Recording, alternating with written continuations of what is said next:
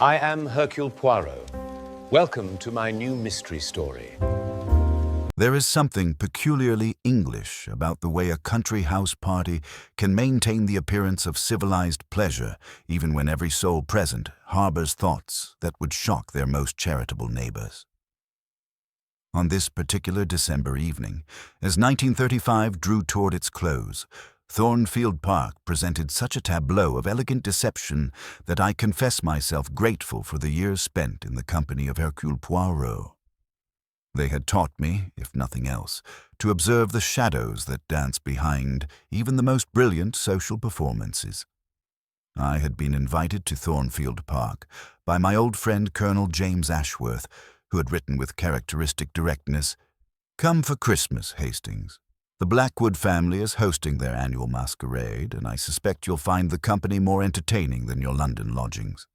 Besides, there's a rather fascinating collection of people gathering, the sort who make one grateful for locked doors and reliable alibis." His postscript, scrawled in that familiar military hand, had clinched the matter. Lady Vivian has commissioned the most extraordinary Christmas tableau. Something about a snow queen's sleigh. You know how these theatrical affairs amuse you.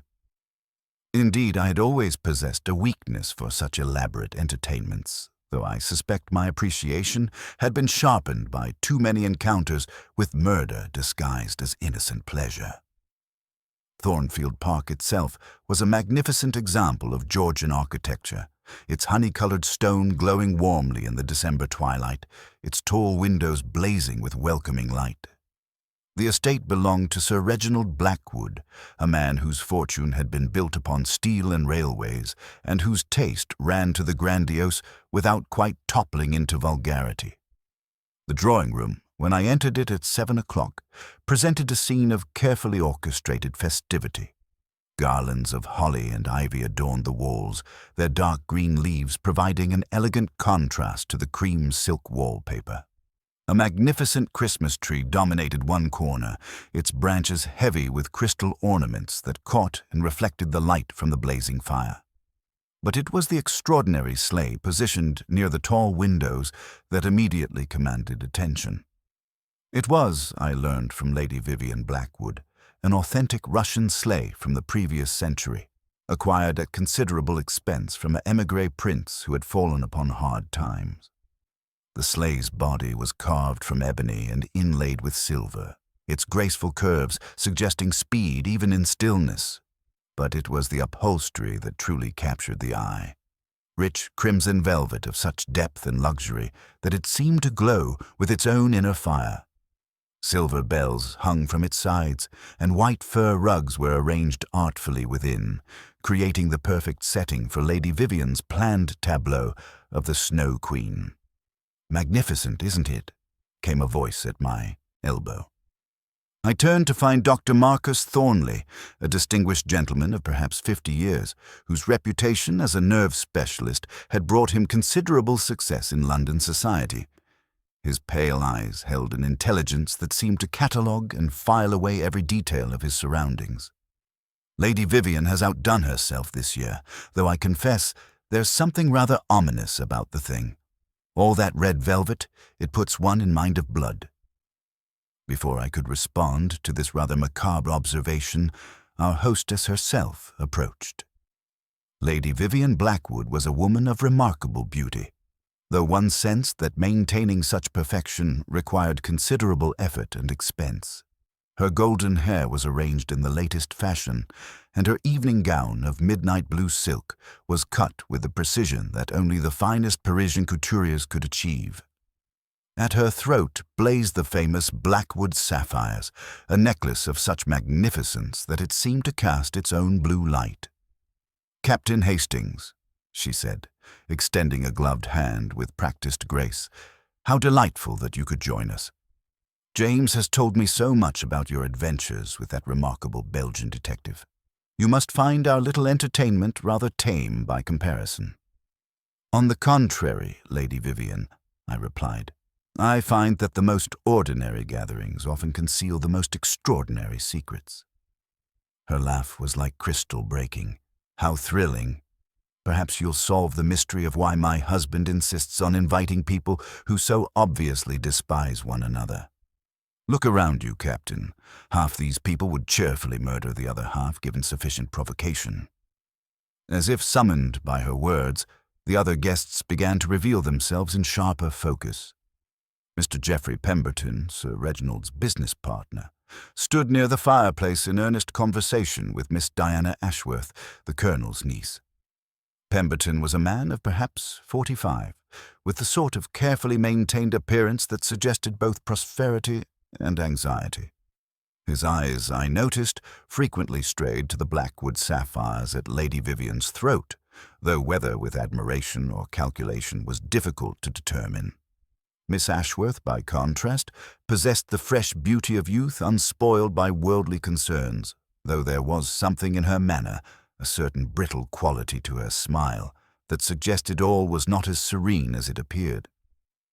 She had been engaged, I recalled, to young Lord Pembroke, but the engagement had been broken off under circumstances that society preferred not to discuss too openly. "The sleigh is quite beautiful," she was saying to Pemberton, though her voice carried an odd note of strain. "Lady Vivian will make a perfect snow queen, so cold and remote and glittering." "Indeed," Pemberton replied, his tone carefully neutral. "Though I wonder if the role might not suit someone else equally well, someone with more authentic claim to such regal bearing." The barb was delicately delivered, but Miss Ashworth's colour heightened perceptibly. Before either could respond, however, they were joined by Mr. Anthony Blackwood, Sir Reginald's younger brother, and, by all accounts, the family's greatest disappointment. Anthony possessed the Blackwood good looks, but none of the family's commercial acumen. His ventures into various business enterprises had invariably ended in failure, and his dependence upon his brother's generosity was a source of evident frustration to all concerned. "Discussing our dear Vivian's theatrical triumph?" Anthony inquired, his voice carrying that particular edge that comes from too much champagne consumed too early in the evening. "Quite fitting, really. She's always been rather good at playing roles. The devoted wife, the gracious hostess, the woman who married for love rather than money." The silence that followed this observation was profound and uncomfortable. Dr. Thornley cleared his throat diplomatically. "The weather seems to be worsening," he observed, glancing toward the windows where snow had begun to fall in earnest. "I do hope it doesn't interfere with Lady Vivian's performance." As if summoned by his words, Sir Reginald himself appeared, a man whose presence immediately commanded attention. He was tall and broad-shouldered, with silver hair and the sort of decisive manner that had built his industrial empire. His eyes, however, held a weariness that suggested the weight of maintaining such success had grown heavy. "Ladies and gentlemen," he announced, his voice carrying easily across the room, "if you would be so kind as to take your seats, Lady Vivian is ready to present her tableau. I believe you'll find it quite memorable." We arranged ourselves in a semicircle before the sleigh, the lights dimmed to create the proper atmospheric effect. Lady Vivian had disappeared behind a screen to make her final preparations, and the room fell into expectant silence. Outside, the wind had risen, rattling the windows and sending snow swirling past the glass in ghostly spirals. When Lady Vivian emerged, she had been transformed. Her golden hair was now powdered silver white, and she wore a gown of ice-blue silk that seemed to shimmer with its own inner light. The blackwood sapphires at her throat blazed like frozen stars. She moved with regal grace to the sleigh, settling herself among the white furs with practiced elegance. "Behold," she said, her voice carrying a theatrical resonance, "the Snow Queen in her chariot of winter, bringing gifts of ice and dreams to those who dare to look upon her realm." It was, I must admit, a striking tableau. The crimson velvet of the sleigh provided a dramatic contrast to her pale beauty, and the flickering firelight cast dancing shadows that gave the scene an almost supernatural quality. For a moment, we all sat transfixed by the theatrical magic she had created. Then the lights went out. The darkness was absolute and startling. Someone gasped. I believe it was Miss Ashworth, and there was the sound of a chair scraping against the floor. Sir Reginald's voice cut through the confusion. "Steady, everyone. Pemberton, see to the electrical panel." The darkness seemed to stretch for an eternity, though it could not have lasted more than 2 or 3 minutes. When the lights flickered back to life, we all blinked in the sudden brightness, our eyes adjusting to the restored illumination. It was Dr. Thornley who first noticed that something was wrong. "Lady Vivian," he called softly, rising from his chair. "Are you quite all right?" She was still in the sleigh, but her pose had changed.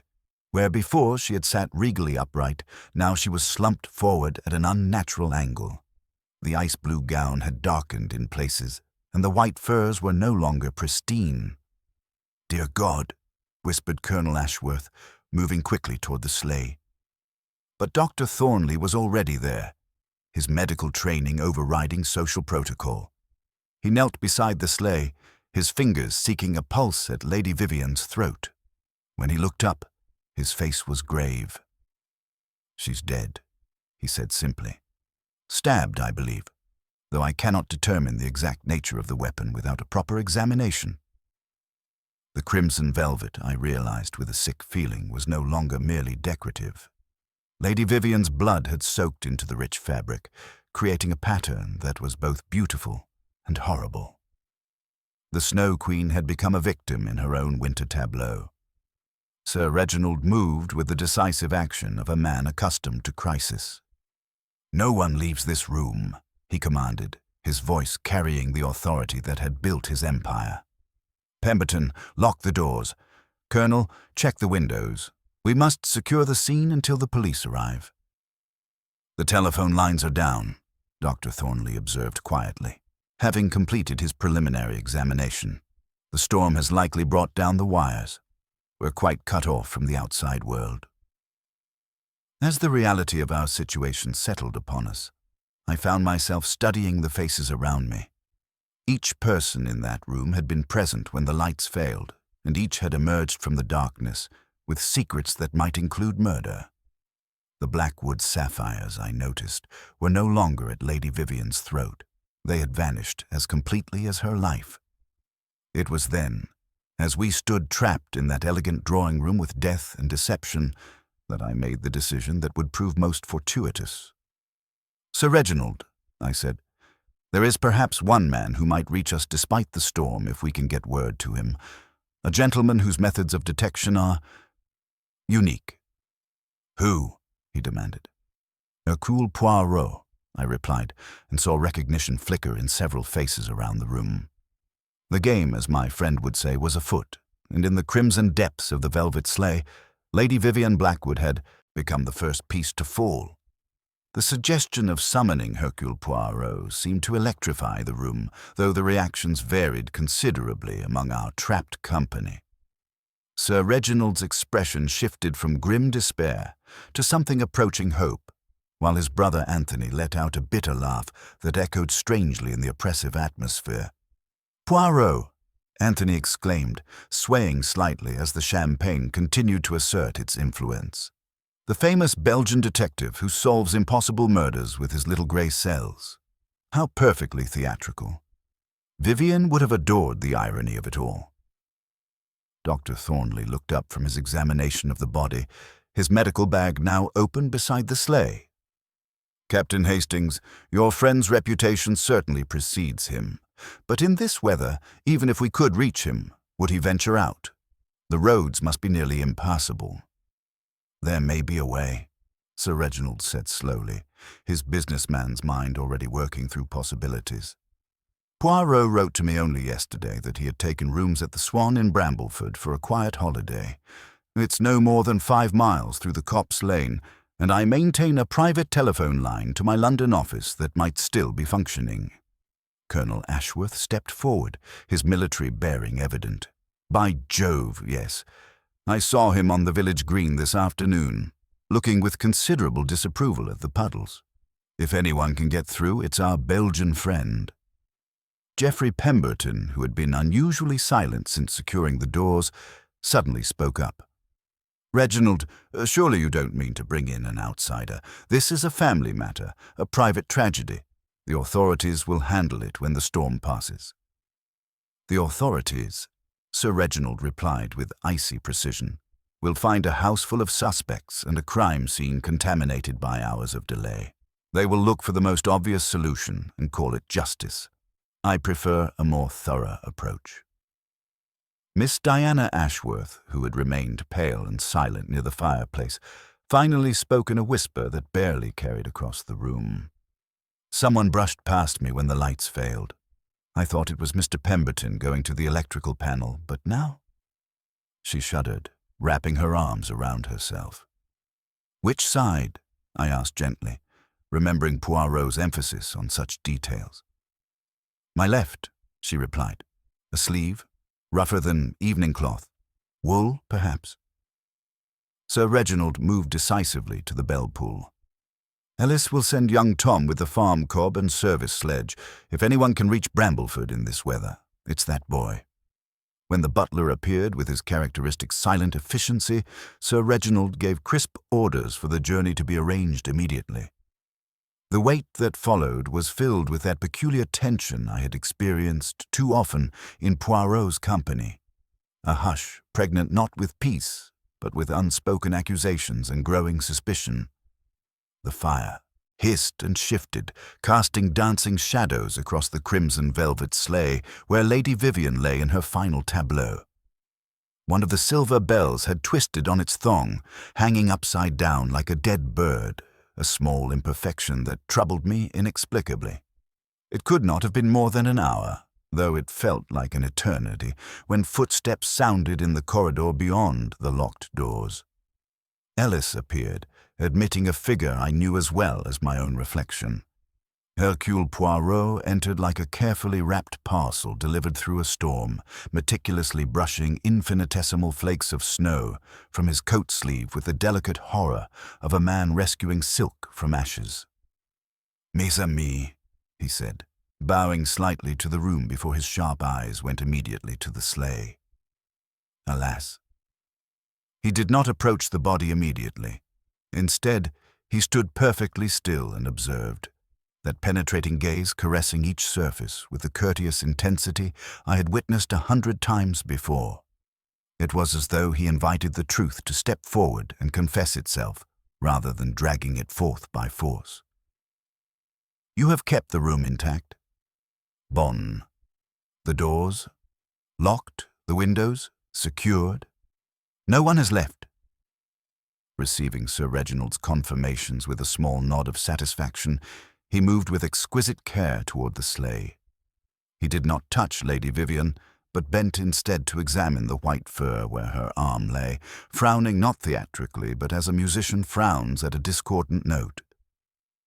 "It is curious," he murmured, straightening after lifting the twisted bell and letting it fall soundlessly. "But we will not be curious aloud just yet. For the present, we will be orderly. Each of you will tell me, very simply, where you sat, what you did, and what you perceived when the darkness came. Not explanations, if you please, only the facts. Afterwards, we shall permit ourselves the psychology." The investigation, I realized with familiar anticipation, had truly begun. Poirot positioned himself with deliberate precision before the fireplace, his small hands clasped behind his back in that familiar pose of concentrated attention. The firelight cast his shadow long across the Persian carpet, and I observed how each person in our trapped company seemed to diminish slightly under his methodical scrutiny. There was something almost ceremonial in the way he arranged himself, as though the very act of investigation required its proper rituals. "We shall proceed with order," he announced, his accented English carrying that peculiar authority I'd witnessed so many times before. "Each person will describe their position, their actions, and their perceptions during the darkness. Not theories, if you please, only what you observed with your own senses. Sir Reginald, we begin with you." Sir Reginald straightened in his chair, his businessman's instincts asserting themselves despite the circumstances. I was seated in the wing chair closest to the sleigh, perhaps 6 feet from Vivian's position. When the lights failed, I remained motionless for 30 seconds or so, thinking it merely a temporary interruption. Then I called for Pemberton to check the electrical panel. "You heard nothing during those 30 seconds of silence?" A soft intake of breath. "From the direction of the sleigh, I believe." And then a single, very faint chime, as though one of the silver bells had been touched by a gloved hand. Poirot nodded with satisfaction. "Merci, Mr. Pemberton?" Geoffrey Pemberton shifted uncomfortably, his fingers worrying at his watch chain. I was on the sofa facing the sleigh, approximately the same distance as Sir Reginald. When he called for me to check the panel, I rose immediately and felt my way along the wall toward the corridor door. The electrical panel is located where, precisely? In a small alcove just outside this room. I had to unlock the door first, as it had been secured when we gathered for the tableau. Pemberton paused, his expression troubled. The main switch had been thrown deliberately, not by any electrical fault, but by human hands. This revelation sent a murmur of alarm through the assembled company. Someone among us had planned the darkness, had used those crucial minutes as cover for murder. Poirot absorbed this information with the same calm attention he might give to a railway timetable. "Dr. Thornley, your account, if you please." The physician cleared his throat with professional composure. I was seated on the ottoman near the tall windows, observing Lady Vivian's performance with some concern. Her breathing appeared labored, and I wondered if the tight bodice of her costume was causing distress. When the darkness came, I started to rise, thinking to offer assistance, but the complete absence of light made me reconsider moving about. Yet you were the first to notice something was amiss when illumination returned. Medical training, I suppose. I could see immediately that her posture had changed dramatically. The wound, I determined upon examination, was delivered from slightly above and to the right, angled upward beneath the ribs. A slender blade, stiletto-like rather than a common knife. Death would have been nearly instantaneous. Miss Diana Ashworth spoke next, her voice barely above a whisper. I was seated near the bookcase, to the left of the sleigh as one faced it. When the darkness fell, I felt frightened and started to rise. Someone brushed against my left arm, moving quickly past me toward the windows. The sleeve was definitely wool, rough like a shooting jacket. There was also a scent, something clean and resinous, mixed with cold air from outside. "And you heard nothing?" The jingling of one of the sleigh bells, just as the person passed. It seemed very deliberate, not accidental. Anthony Blackwood's account carried that sardonic edge I had noticed earlier, though he seemed somewhat sobered by the proceedings. I remained in my position near the sideboard throughout the entire episode. One doesn't go stumbling about in the dark when surrounded by priceless antiques. I heard Sir Reginald's commands and the general shuffling, but nothing more specific. Colonel Ashworth delivered his statement with military precision. I was standing in the center of the room, behind the seated guests.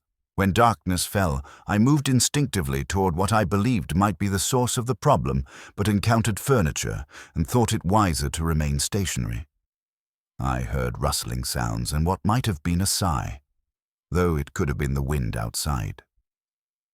Throughout these recitations, Poirot listened with that peculiar intensity that always preceded his most brilliant deductions. When the last voice fell silent, he moved with exquisite care toward the sleigh, his eyes fixed not on Lady Vivian, but on the arrangement of objects around her. The white furs had been disturbed in a pattern that suggested hasty rearrangement, and one of the silver bells hung at an unnatural angle. "The weapon," he murmured, more to himself than to us. "It is not here, naturellement, but it was small, precise. Something that could be concealed easily and deployed in darkness without fumbling." He paused beside the sleigh, bending slightly to examine something on the carpet that I could not see. When he straightened, there was a subtle change in his manner, a sharpening of focus that I had learned to recognize as the moment when scattered facts began to arrange themselves into meaningful patterns. "The sapphires," he said suddenly, turning to face our assembled company. "They are missing, yes? But this was not robbery, mes amis. The necklace was taken to mislead, to suggest a motive that does not exist." His green eyes swept across each face with renewed intensity. "Our murderer is clever, but not quite clever enough. For in the darkness, they have left us gifts, small truths that will illuminate the larger deception." Poirot's quiet declaration about the sapphires seemed to draw the very air from the room, leaving us suspended in a moment of collective realization. The theft, which had seemed so obviously the motive for murder, was revealed as mere theatrical dressing, a magician's flourish designed to direct our attention away from the true performance. I watched as this understanding settled upon each face in turn, manifesting differently according to temperament and, perhaps, guilt. Sir Reginald was the first to find his voice, his businessman's instincts asserting themselves despite the circumstances. If not for the sapphires, then why? Vivian had her faults certainly, but she was hardly the sort to inspire murderous passion in drawing-room company. "Ah, but that is where you're mistaken, mon ami," Poirot replied, withdrawing a small magnifying glass from his waistcoat pocket. "The passions that drive murder are often the most civilized ones. Wounded pride, thwarted ambition, the fear of exposure. They wear evening dress as easily as any other costume." He began to examine the carpet around the sleigh with that methodical patience I had witnessed countless times before, moving with the deliberate care of a scholar deciphering ancient manuscripts. The rest of us remained frozen in our positions, as though movement itself might constitute an admission of complicity. The only sounds were the whisper of his footsteps on the Persian rug and the increasingly violent wind rattling the tall windows. "Mr. Pemberton," Poirot said suddenly, not looking up from his examination, "you mentioned checking the electrical panel. Perhaps you would be so kind as to show me this device, and you, Hastings, will accompany us. The rest of you will remain exactly where you are. I wish the scene to remain undisturbed." The electrical panel was located in a small alcove just beyond the drawing-room threshold, the corridor noticeably colder than the heated interior. Poirot stood back while Pemberton knelt to indicate the main switch, which controlled the lighting for the entire ground floor. "You see," Pemberton explained, his voice carrying a slight tremor, "this bar had been thrown down deliberately. It requires considerable force, not something that could happen accidentally." Poirot examined the switch mechanism with intense concentration, his fingers tracing the metal housing without actually touching it. In the darkness, one would need to know precisely where to find this, yes? There would be no fumbling, no hesitation, and here, he pointed to a small chip in the wooden frame. "This mark is fresh, made tonight, I think, by someone working quickly in complete darkness." When we returned to the drawing-room, Poirot immediately went to the tall windows, running his hand along the heavy velvet curtains. His fingers came away faintly glittering with something that caught the firelight. "Ellis," he called to the butler, who materialized with his characteristic silent efficiency. "At what hour were these curtains last attended to?" "This morning, sir. The maid dusted the cornice and dressed the pelmets with a touch of tinsel for the Christmas season." Poirot nodded, though his expression suggested mild disapproval of the decorative choice. "And the sleigh itself? Who arranged it for this evening's performance?" "Mrs. Finch and I laid the white furs after tea, sir. Her ladyship came down at 6:30 to examine the effect. She adjusted the silver bells, one had twisted on its thong, and placed a small cushion behind her back for comfort." "This cushion, describe it, if you please." "Silver silk, sir, quite small. Her ladyship said it would help her maintain the proper posture for the tableau." Poirot returned to the sleigh and, with exquisite delicacy, lifted the edge of the white fur without disturbing Lady Vivian's position. Beneath, nestled into the nap of the fur, was a clear depression where a small, square object had rested and been removed. "The cushion is missing," he announced quietly. It was there during the performance, yes? But now it has vanished as completely as the sapphires. Dr. Thornley stepped forward, his medical training overriding social protocol. I did notice it during my examination. The cushion would have arched her back, presenting the ribs without obstruction. Its removal after the attack would have been practical. Precisely, mon docteur. Our murderer remained long enough after the deed to make adjustments, to remove both necklace and cushion, to arrange the scene as they wished us to find it. Poirot straightened, his green eyes bright with that peculiar intensity that always preceded his most penetrating observations. But in doing so, they have told us much about themselves. They are methodical, like myself. They think ahead, and they believe themselves cleverer than they truly are. Miss Diana Ashworth spoke suddenly, her voice barely above a whisper.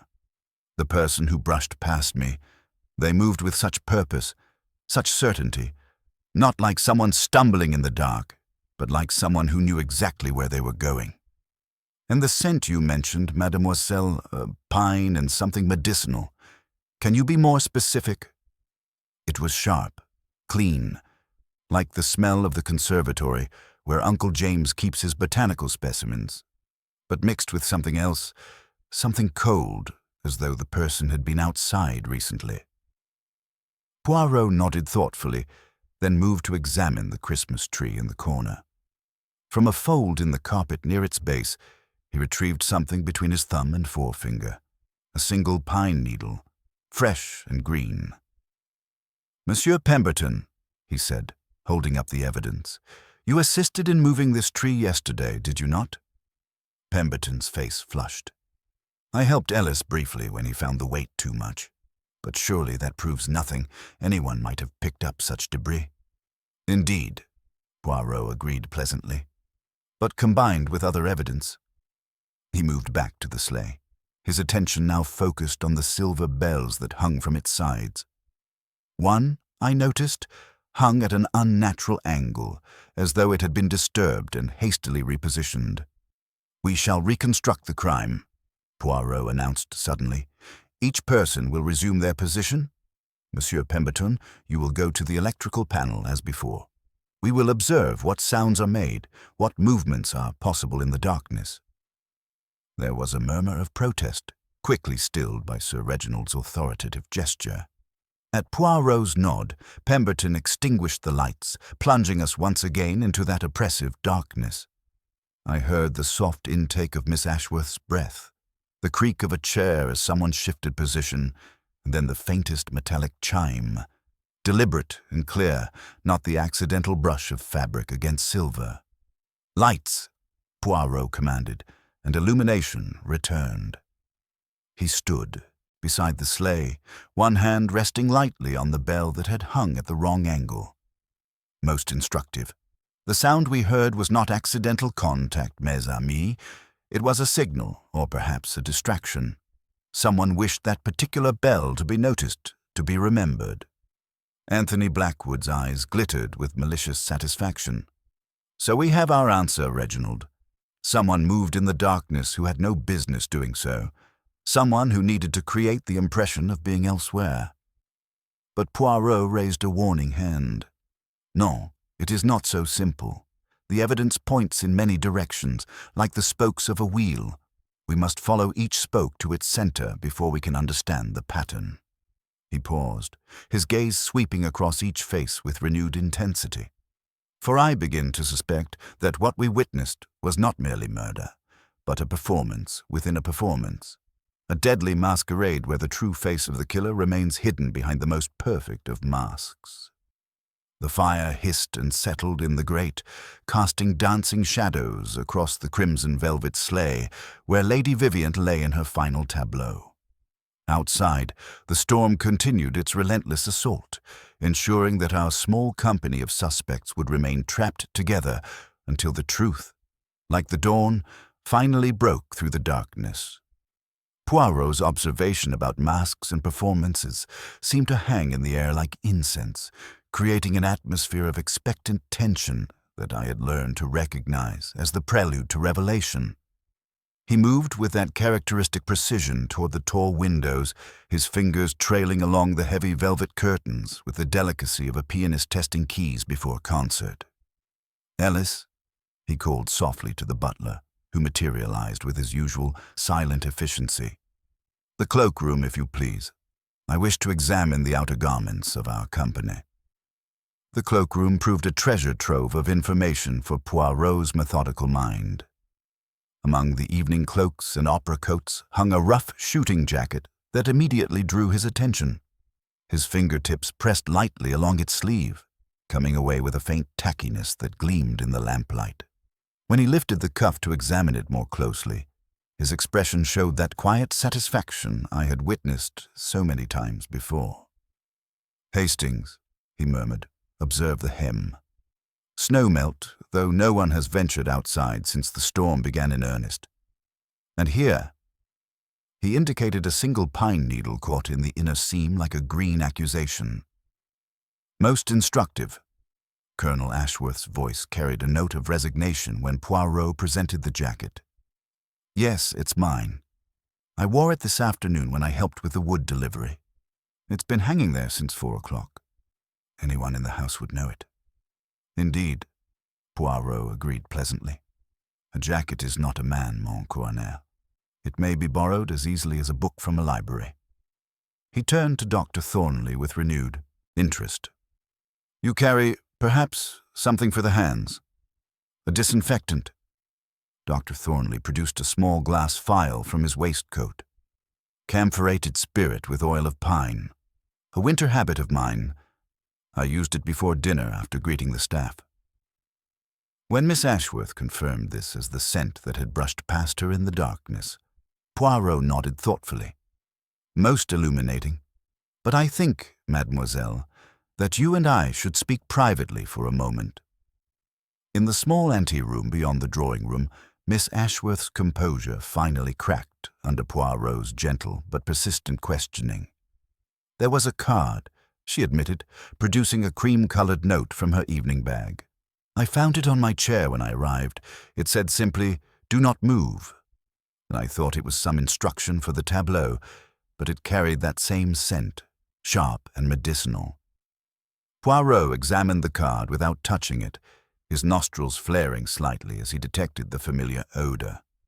"Someone wished you positioned exactly where you were, mademoiselle. You were placed as deliberately as a piece upon a chessboard."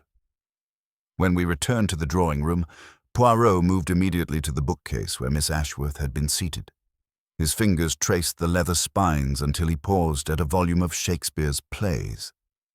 When he withdrew, "The Winter's Tale," several pages fluttered to the floor, pages that had been cut into narrow strips with surgical precision.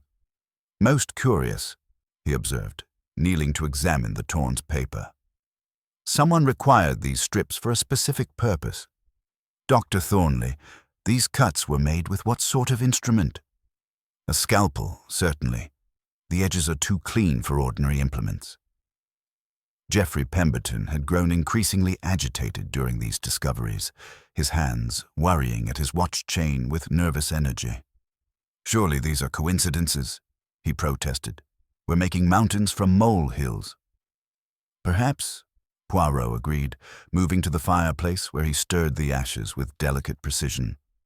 "But coincidences, like mountains, often conceal interesting formations beneath their surface."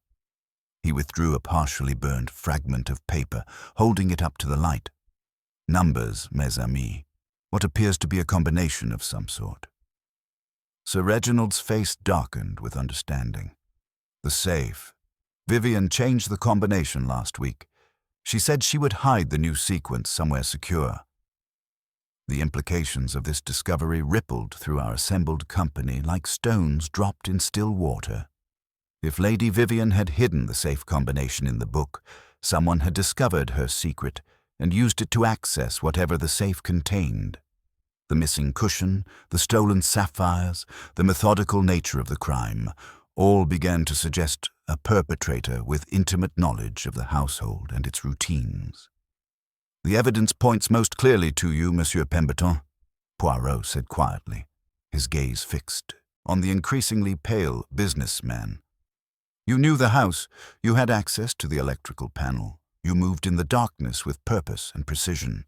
The scent, the rough sleeve that brushed past Miss Ashworth, the knowledge of Lady Vivian's habits, all roads lead to your door.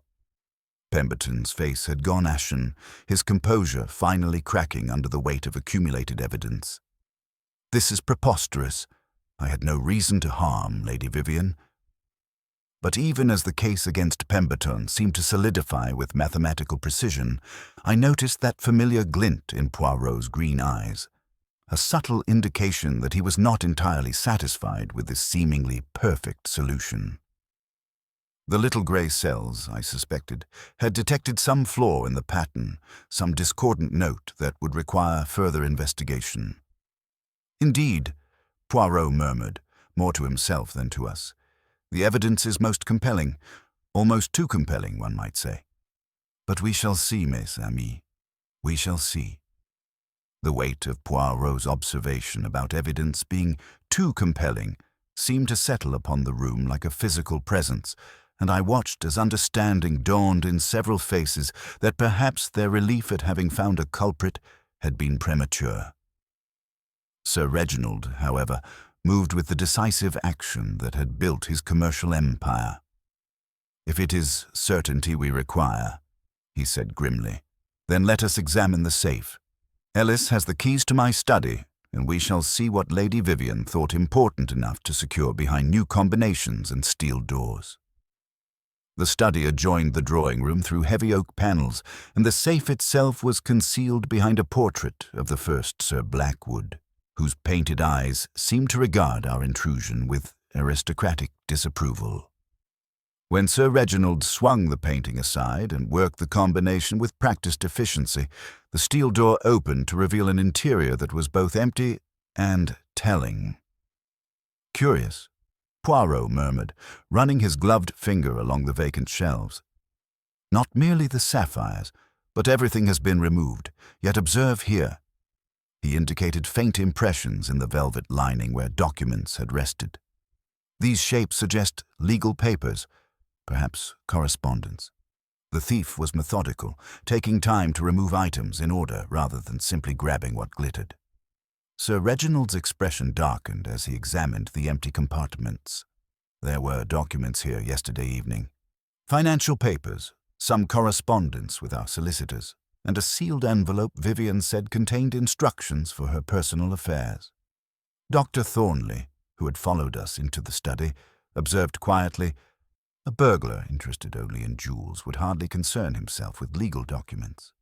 This suggests someone with intimate knowledge of what the safe contained and why those papers might be significant."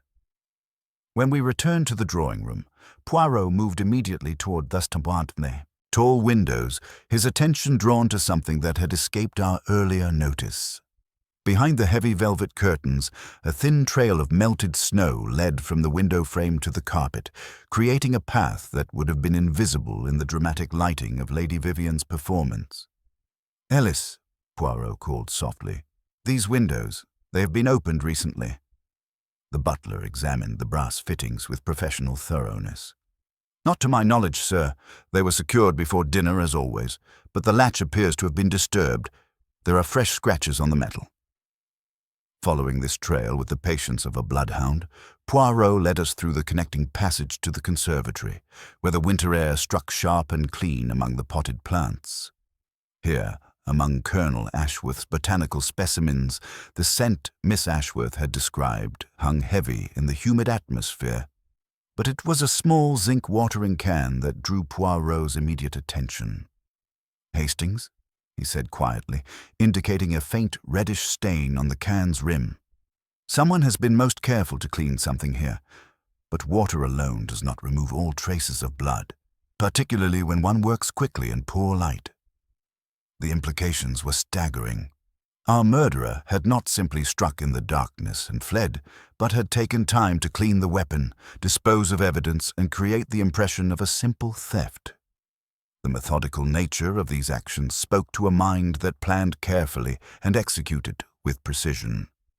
Geoffrey Pemberton, who had remained silent during these discoveries, finally spoke with something approaching desperation. "You're building a case from shadows and speculation. Yes, I knew the house. Yes, I had access to the electrical panel, but so did others. Anthony helped with the Christmas preparations. Dr. Thornley has been a frequent guest. Even Miss Ashworth has visited often enough to know our routines." "Indeed," Poirot agreed pleasantly, "which is precisely what troubles me. The evidence against you, Monsieur Pemberton, is almost too perfect. Each clue points in your direction with mathematical precision, like arrows shot by an archer who never misses his target." He paused beside the crimson velvet sleigh, his gaze fixed not on Lady Vivian, but on the arrangement of objects around her. But perfect evidence, mes amis, is often the most suspect of all, for it suggests a mind that wishes us to reach a particular conclusion that guides our thoughts along predetermined paths. Anthony Blackwood shifted uncomfortably in his chair, his earlier sardonic manner replaced by something approaching genuine unease. "Surely you're not suggesting this was some elaborate frame? That someone murdered Vivian specifically to implicate Geoffrey?" "I suggest nothing yet," Poirot replied, his green eyes bright with that familiar intensity. "But I observe that in a house full of masks and masquerades, the most dangerous, deception may be the one that appears to have no disguise at all." The fire settled in the grate with a soft hiss, and outside the storm continued its relentless assault, ensuring that our small company of suspects would remain trapped together until the truth, like the dawn, finally broke through the carefully constructed shadows of deception. Poirot's observation about the most dangerous deception being one without disguise seemed to settle over our company like a fine dust, coating every surface with suspicion. I watched as he moved with that characteristic precision toward the side cabinet, his small hands clasped behind his back in the pose I'd learned to associate with his most penetrating deductions.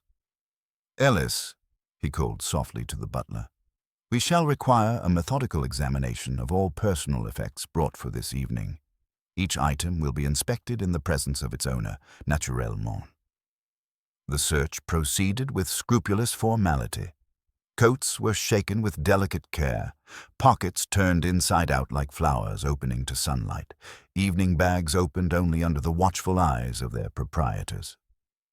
The process had an almost ritualistic quality, as though we were participating in some ancient ceremony of truth-seeking rather than a modern criminal investigation. When Ellis approached Geoffrey Pemberton with his leather attaché case, the businessman's face flushed with indignant protest. "This is highly irregular," he declared, though his hands trembled slightly as he produced the case. "I am not some common criminal to be subjected to such indignities." "Indeed not," Poirot agreed pleasantly. "You are a gentleman who deserves the courtesy of having his innocence established beyond question." The lock of the attaché case resisted for a moment, then yielded with a dull metallic click that seemed to echo through the silent room.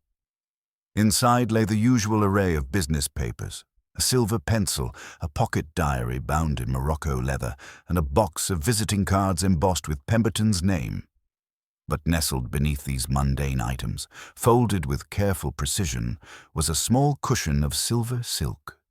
The collective intake of breath from our assembled company was audible in the sudden silence. The cushion's corner was darkened with what could only be dried blood, and caught in its delicate hem gleamed a single strand of hair, so pale it might have been spun from moonlight itself. "That is not mine," Pemberton said hoarsely, his voice cracking with the strain. "I have never seen it before in my life." Sir Reginald stepped forward, his face a mask of controlled fury and grief. "It is Vivian's," he said quietly. "She had it specially made in Paris. Ellis, you remember the invoice from Madame Dubois?" The butler inclined his head with sorrowful dignity. "Indeed, sir. Her ladyship was most particular about the silk. She said it must match the Sleigh's silver fittings precisely." But even as this damning evidence lay exposed before us, I noticed that Poirot's expression remained troubled rather than satisfied. He examined the attaché case with his magnifying glass, paying particular attention to the lock mechanism. "Observe, Hastings," he murmured, indicating fresh scratches on the left side of the brass fitting. These marks were made by someone working hurriedly, perhaps in poor light. The scratches run from left to right, suggesting either a left-handed person or someone whose right hand was otherwise occupied. He straightened, his green eyes bright with that familiar intensity.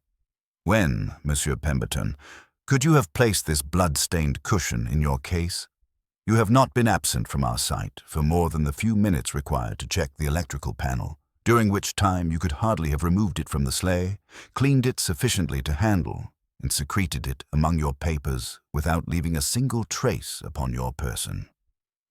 The logic was irrefutable, and I saw understanding dawn in several faces around the room. Someone had planted the evidence with the same methodical precision that had characterized every aspect of this crime. "But if not for theft, and not to implicate Pemberton," Sir Reginald said slowly, "then what was the true motive?"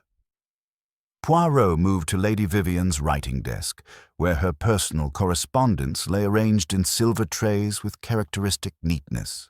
His fingers traced the uppermost letters with delicate precision, his eyebrows rising slightly as he absorbed their contents. "Most illuminating," he observed, holding up a cream-colored sheet of paper. "A letter from Messrs. Hartwell and Associates, private inquiry agents of London, dated 3 days past. It concerns investigations into certain financial irregularities at various business establishments." Geoffrey Pemberton's face went ashen, and his hands shook as he reached for his brandy glass. "There have been temporary difficulties with cash flow," he admitted reluctantly. "The Yorkshire steel contracts were delayed, and certain investments proved less profitable than anticipated." "Temporary difficulties," Anthony Blackwood repeated with his characteristic bitter laugh. "How delightfully euphemistic. Dear Geoffrey has been helping himself to the company funds, and Vivian discovered his little indiscretions." But Miss Ashworth spoke suddenly, her voice barely above a whisper. "Lady Vivian said something to me this morning. She laughed and told me that secrets were the last jewels a woman parts with. She said I should ask Mr. Pemberton about it, that he knew everything that mattered in this house." Poirot nodded thoughtfully, then returned to the crimson velvet sleigh where Lady Vivian lay in her final tableau. He knelt beside it with exquisite care, examining the floor beneath with his magnifying glass. "Curious," he murmured, indicating a faint scuff mark in the polished wood. "This was made by something heavy being shifted with considerable force. Not a delicate movement, but a deliberate repositioning." He rose and moved to the silver bell that still hung at its unnatural angle. "And this bell, mes amis, has been deliberately roughened to catch and hold fibers." With his tweezers, he extracted several tiny threads from the bell's surface. In the firelight, they gleamed with an unmistakable blue-black sheen. "Silk threads," he announced, holding them up for our inspection. "Fine quality silk, such as might be found in evening gloves or formal attire. Someone wished to leave evidence of their presence at this precise location." Dr. Thornley cleared his throat with professional composure. "The wound, as I determined, was delivered with surgical precision. The angle suggests considerable anatomical knowledge, and the force required indicates premeditation rather than panic." "Indeed," Poirot agreed, his gaze sweeping across each face with renewed intensity. "Our murderer possessed not only opportunity and motive, but the specialized knowledge necessary to strike with lethal efficiency in complete darkness." He moved to the tall windows, running his fingers along the heavy velvet curtains. The window was opened and closed again during the blackout. Someone entered or departed through this route, leaving traces of snow and pine scent that Miss Ashworth detected. The pieces of the puzzle were beginning to form a pattern, though the complete picture remained tantalizingly out of reach. Each clue seemed to point in multiple directions, like the spokes of a wheel whose center remained hidden in shadow. "Ellis," Poirot called to the butler, "perhaps you would be so kind as to summon Mrs. Finch. I believe she may have observed certain preparations that will illuminate our investigation."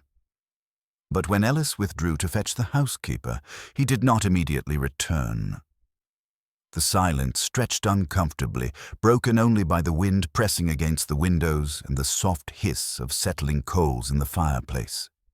I felt that familiar chill of apprehension that often preceded Poirot's most startling revelations.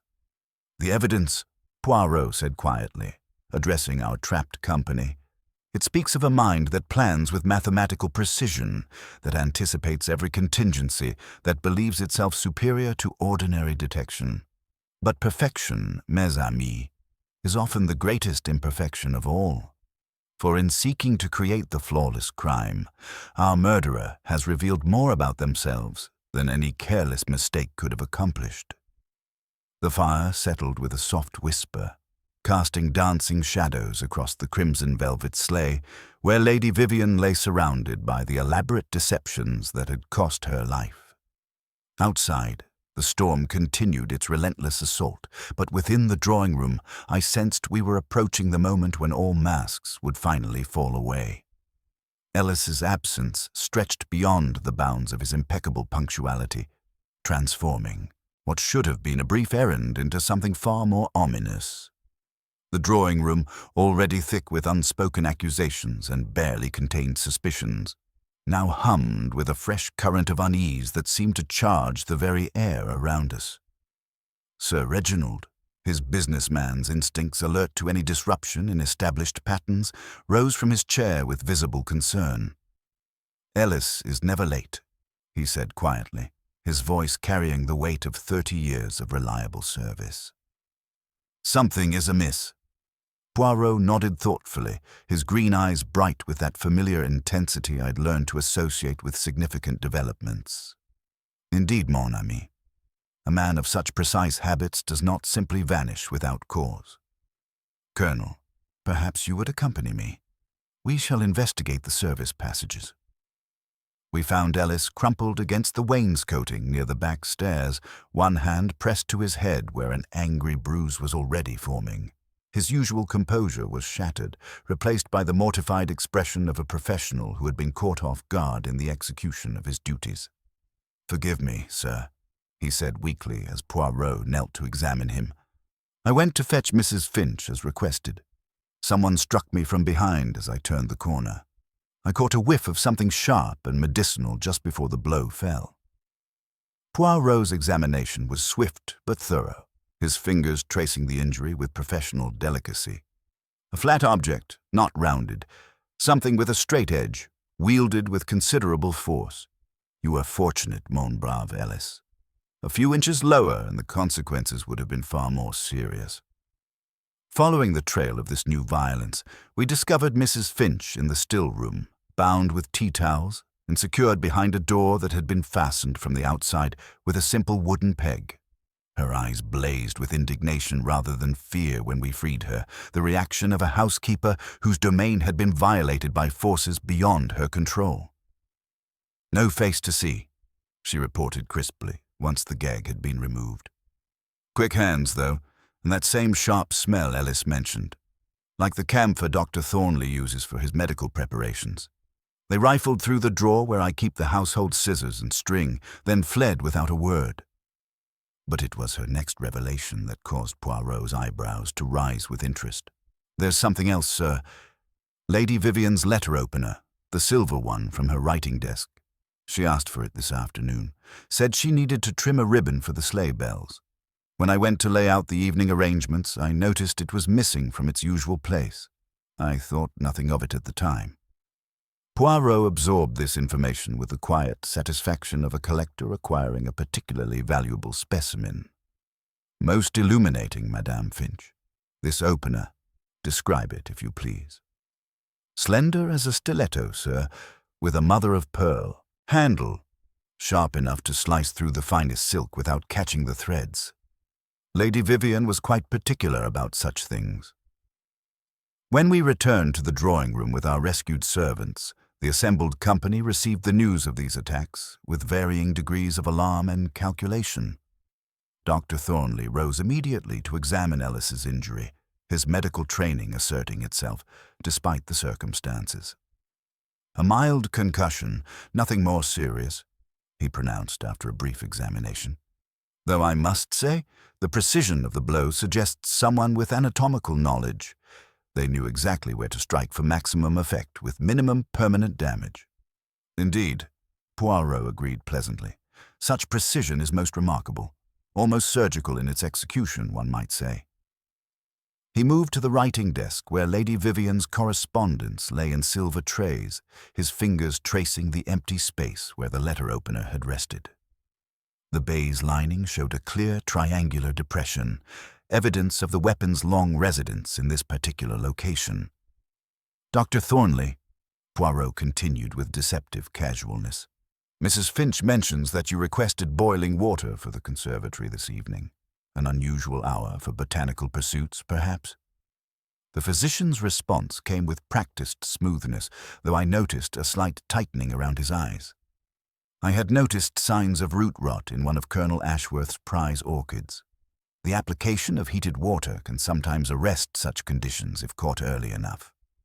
"Ah, yes, the orchids," Poirot murmured, though his tone suggested something other than horticultural interest. "And the watering can in the conservatory. You use this for your treatment." "Naturally, though I fail to see the relevance of my gardening activities to the matter at hand." But Miss Ashworth spoke suddenly, her voice carrying a note of confused recollection that cut through the doctor's composure like a blade through silk.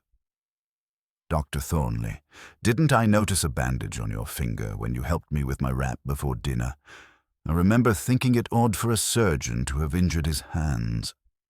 The silence that followed this observation was profound and telling. Dr. Thornley's face remained composed, but the careful mask of professional detachment slipped just enough to reveal something harder and more calculating beneath. "You are mistaken, my dear," he replied with gentle condescension. "The injury occurred during my examination of Lady Vivian's body. The murder weapon left sharp edges on one of the silver bells. But I distinctly remember," Miss Ashworth began, only to be interrupted by Poirot's raised hand. "Memories can be treacherous things," he observed quietly, "particularly when they contradict carefully prepared explanations. But physical evidence, mes amis, is far more reliable than human recollection." He moved to the crimson velvet sleigh, his attention focused on the silver bell that still hung at its unnatural angle. With his magnifying glass, he examined the metal surface with microscopic attention. "Curious," he murmured. "This bell shows no sharp edges, no irregularities that might cause injury to examining fingers. Yet someone has taken great care to roughen its surface, to create the impression of dangerous metalwork." The implications of this discovery settled over our trapped company like a fine dust, coating every surface with suspicion. Someone had not merely committed murder, but had taken time to create false evidence, to construct a narrative that would explain away inconsistencies in their story.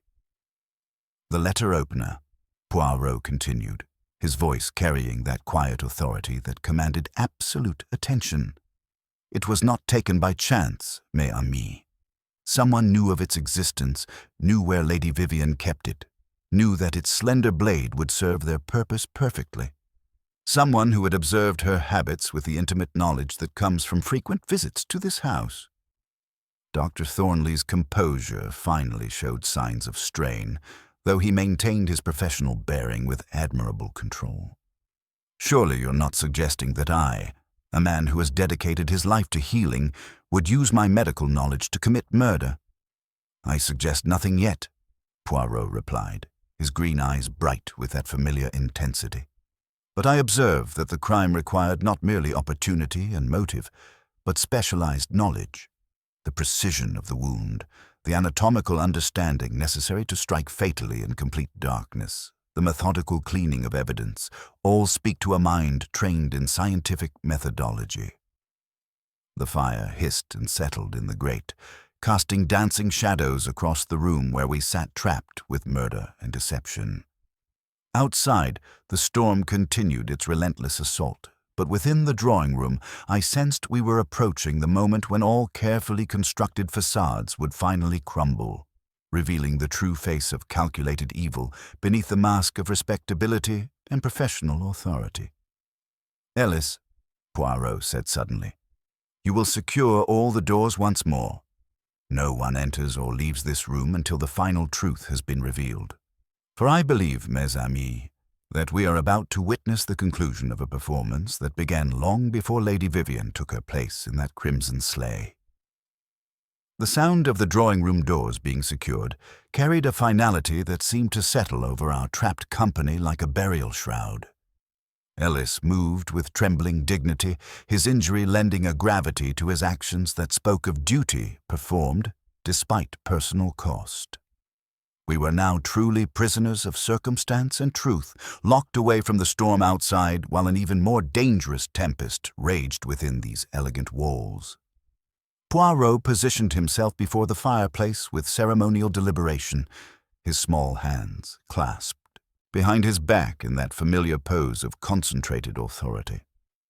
The flames cast his shadow long across the Persian carpet, and I observed how each person in our company seemed to diminish slightly under his methodical scrutiny, as though his very presence had the power to strip away the comfortable lies we construct about human nature. "Mes amis," he began, his accented voice carrying that peculiar resonance I had learned to associate with revelation, "we have before us a crime of remarkable sophistication. Not the passionate violence of sudden rage, but the calculated precision of a mind that planned with mathematical thoroughness. But precision, like perfection, often reveals more than it conceals." He moved with deliberate grace toward Lady Vivian's writing desk, selecting a pen with the same care a surgeon might choose his instruments. "A small formality, if you please. Each of you will sign your name as witness to the inventory we have undertaken. Nothing more than a moment's courtesy." The pen passed from hand to hand with the solemnity of a ritual. Sir Reginald's signature was bold and decisive. Anthony's carelessly flourished, Miss Ashworth's neat but trembling, Pemberton's grip betraying his nervous tension. When it reached Dr. Thornley, he took the pen without thinking and wrote with the unhesitating grace of long habit in his left hand. Poirot's eyelids lowered with feline satisfaction. "Merci," he said simply, reclaiming the pen. He moved to the mantelpiece, where a tea towel lay forgotten from Ellis's ministrations. "One more trifle, mes amis." Mrs. Finch was bound with towels, very quickly, very neatly. "Will you indulge me in a simple demonstration?" The towel was placed upon the low table, and each person was asked to tie a knot as would come naturally. The results were telling. Straightforward reef knots from Sir Reginald and the Colonel, Anthony's muddle, Pemberton's over-elaborate attempt. When Dr. Thornley's turn came, his fingers moved with fluid certainty, the towel cinching into a compact, symmetrical constriction that looked absurdly professional. "Ah, the assurance of the trained hand," Poirot observed with urbane approval. Madame Finch described precisely this technique, and now, one final revelation.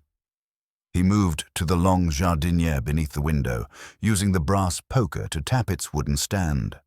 A hollow note answered from one corner. Kneeling with exquisite care, Poirot slipped free a small panel so neatly fashioned it might have been part of the original cabinet-maker's art. From within, he drew a narrow parcel wrapped in paper strips, cream-colored sheets marked with faint printed lines that I recognized immediately as pages from the mutilated Winter's Tale. He unrolled the makeshift sheath to reveal a mother-of-pearl handle whose beauty contracted the heart. The blade, though wiped clean, retained the dull shadow that blood leaves upon steel when time is short and water insufficient. The collective intake of breath was audible in the sudden silence. Poirot held the weapon without touching the metal, his handkerchief intervening with fastidious care. "We will not say voilà, because it is not magic," he observed softly. "It is merely the inevitable, having the patience to wait until it chooses to be found." Dr. Thornley's voice came smoothly, but there was a dryness in it that betrayed his composure. Anyone could have hidden it there. "Assuredly," Poirot agreed pleasantly. But not anyone knew that Mrs. Finch kept scissors in the still room, nor that the silver bells required adjustment at 6:30, nor that a quick application of camphorated spirit would disguise much when minutes are precious. Not anyone would think to roughen a bell to furnish a future explanation for a bandaged finger, a finger injured not during examination of the victim, but during preparation of the crime itself. He approached Dr. Thornley's medical bag with delicate precision. "Perhaps you would be so kind as to open this for our inspection. I am particularly interested in your surgical instruments." When the leather case opened, it revealed the usual array of medical implements, but Poirot's magnifying glass revealed microscopic traces of silver on one particular scalpel, fragments that could only have come from contact with Lady Vivian's letter opener during the meticulous cleaning process. "The evidence speaks with clarity, mon docteur," Poirot continued, his green eyes blazing with quiet authority. "The left-handed signature, the surgical knots, the anatomical precision of the wound, the camphorated spirit to mask other scents, the methodical placement of false evidence. You killed Lady Vivian Blackwood not for her sapphires, but because she had discovered something that threatened to destroy your carefully constructed life." Dr. Thornley's professional mask finally began to slip, revealing something desperate and calculating beneath. "This is all circumstantial speculation," he declared, though his voice carried a note of hysteria that belied his words. "Indeed," Poirot agreed with devastating mildness, "theories and speculation, but also the testimony of the evidence itself, which speaks more clearly than any human witness.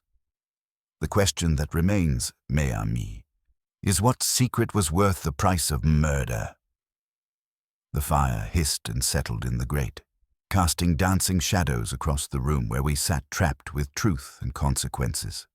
Outside, the storm continued its relentless assault, but within the drawing room, I sensed we had reached the moment when all masks would finally fall away, revealing the true face of calculated evil beneath the facade of healing and respectability. The question hung in the air like incense, creating an atmosphere of expectant dread that seemed to thicken with each passing moment. Poirot moved with deliberate precision to Lady Vivian's writing desk, his small hands working with the methodical care I had witnessed countless times before. He lifted the leather blotter and held it obliquely to the firelight, his green eyes bright with that familiar satisfaction. "The secrets of the dead, mes amis, often speak more clearly than the words of the living," he murmured, taking my pencil and shading delicately across the paper's surface.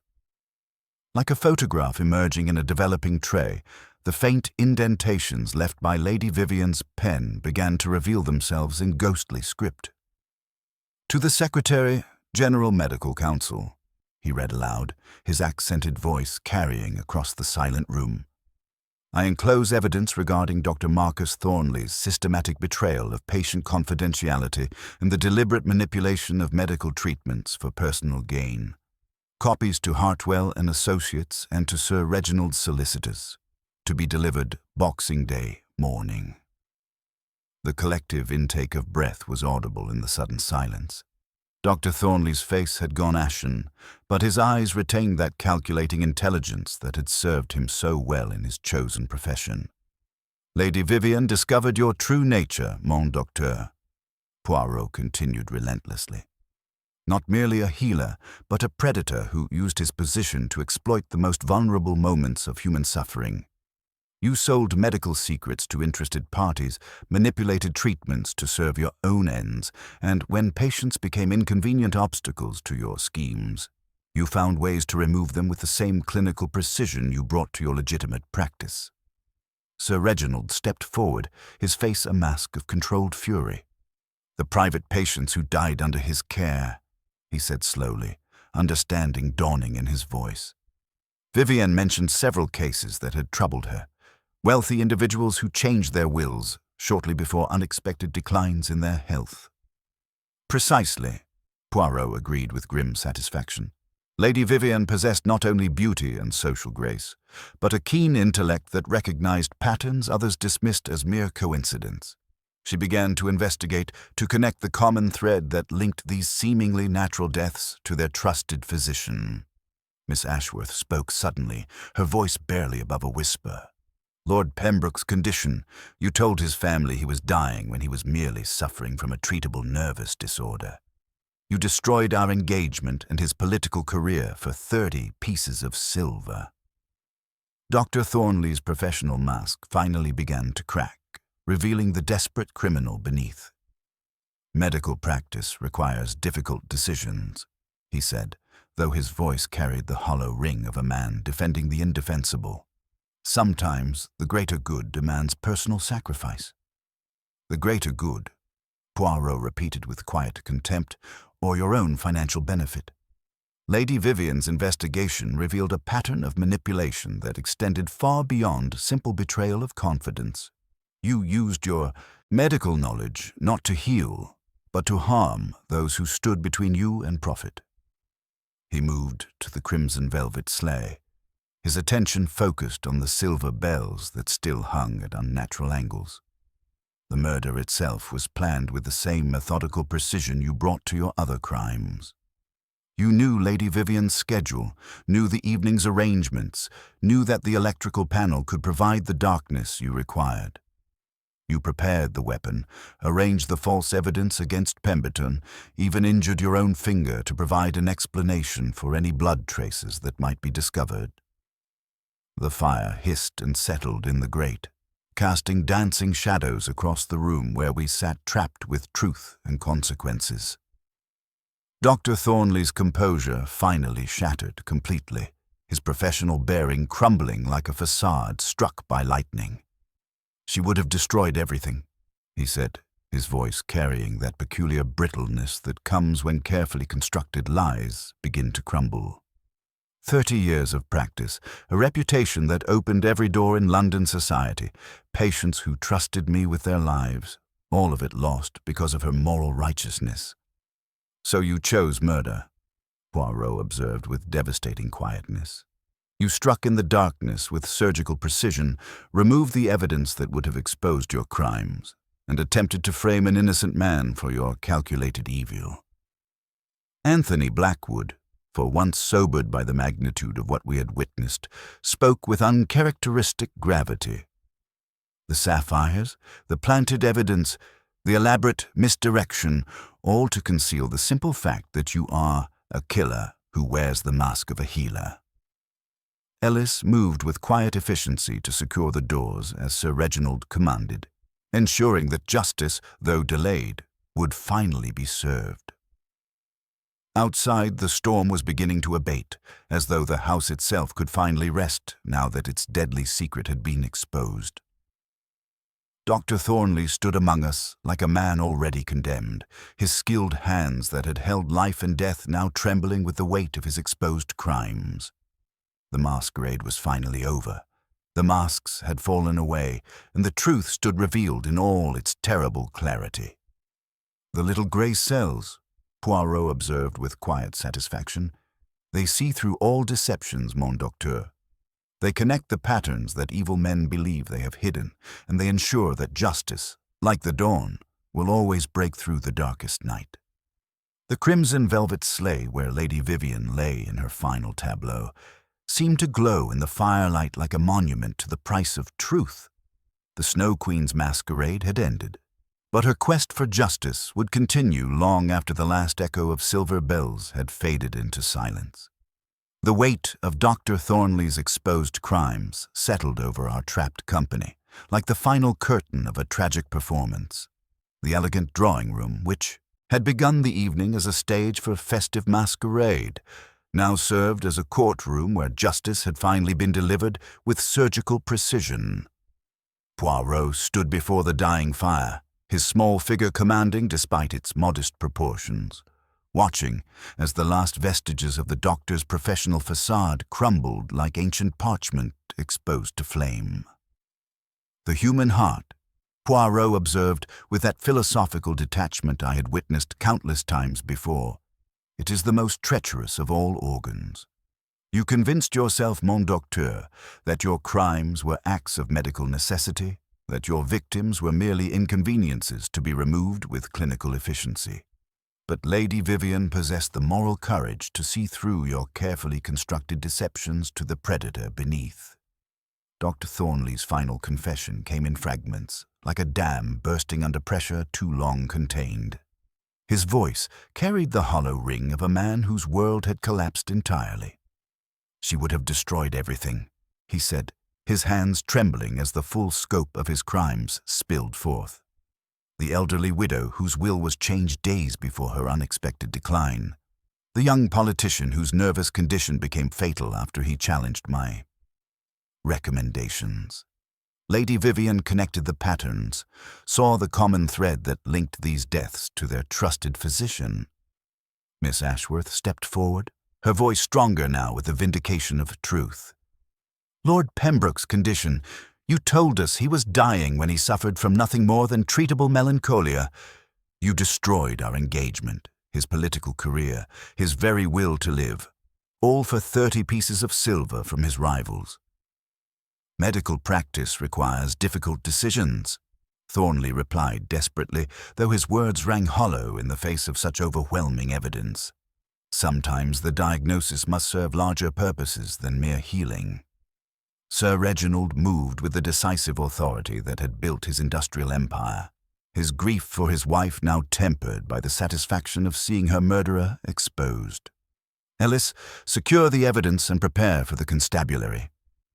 Dr. Thornley will answer for every life he has taken." As the broken physician was led away, his shoulders slumped in final defeat, the storm outside began to abate. Through the tall windows, the first tentative rays of dawn touched the snow-covered grounds with silver light, as though the house itself could finally rest now that its deadly secret had been brought into the open. Poirot moved to the crimson velvet sleigh where Lady Vivian lay in her final tableau, his expression carrying that mixture of sorrow and satisfaction I had learned to associate with cases concluded. From Dr. Thornley's medical bag, Ellis recovered not only the blackwood sapphires, blazing with cold fire in the growing light, but also a collection of documents that would expose the full extent of his systematic betrayal of medical trust. "She achieved her purpose," Poirot said quietly, adjusting the silver bells that had played such a crucial role in revealing the truth. "Lady Vivian's investigation will save lives that might otherwise have been lost to this man's calculated evil. Justice delayed is not justice denied." Colonel Ashworth, his military bearing asserting itself despite the circumstances, shook his head with grim satisfaction. The families of his victims deserved to know the truth. How many others might have died if not for Vivian's courage? Anthony Blackwood, sobered by the magnitude of what we had witnessed, moved to close the curtains as dawn fully broke across the winter landscape. The elaborate misdirection, the planted evidence, the careful timing, all to conceal the simple fact that he perverted the healing arts into instruments of death. As we prepared to leave the scene of our long night's investigation, Poirot straightened his immaculate cravat with characteristic precision.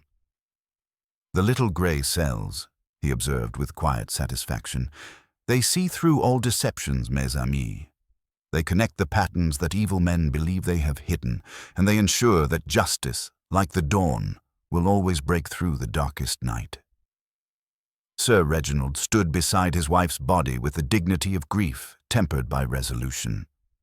The Snow Queen's masquerade had ended in tragedy, but her quest for justice would continue long after the last echo of silver bells had faded into silence. "Voilà," Poirot murmured as we finally departed Thornfield Park, leaving behind the drawing room where death had danced with deception. Another masquerade concluded, another truth revealed. But remember this, mon ami, in even the most elegant of settings, blood will always show upon the velvet. The storm had passed, the truth had been revealed, and justice would be served. The Christmas masquerade was over, but the memory of Lady Vivian's courage would endure long after the snow had melted and the seasons had turned.